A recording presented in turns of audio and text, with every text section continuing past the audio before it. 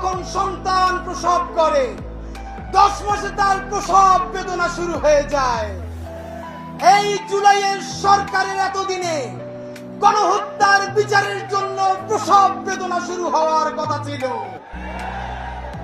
তার এমনই বেদনা শুরু হয়েছে, সেই বেদনায় সে ফ্যাসিবাদের খুনি আওয়ামী লীগের রাষ্ট্রপতিকে পালাতে দেয় নাই, প্রোটোকল দিয়ে বিদেশ পাঠিয়ে দিয়েছে।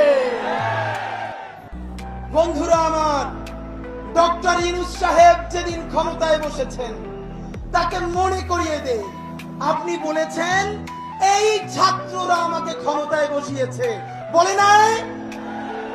আজকে মনে করিয়ে দেই, সারা বাংলাদেশের সকল ছাত্র জনতা আপনাকে বলছে এই মুহূর্তে আওয়ামী লীগকে নিষিদ্ধ করে দেন। বন্ধুরা আমার, ঠিক যেই কারণে সন্ত্রাসী ছাত্রলীগকে নির্বাহী আদেশে নিষেধ করা হয়েছে, তাহলে ছাত্রলীগের বাপ, ছাত্রলীগের মা আওয়ামী লীগকে কেন নিষিদ্ধ করা যাবে না? আপনাদেরকে একটা ভালো কথা শুনাই, বাংলাদেশে আওয়ামী লীগ একটা ঐতিহ্যবাহী নাকি দল।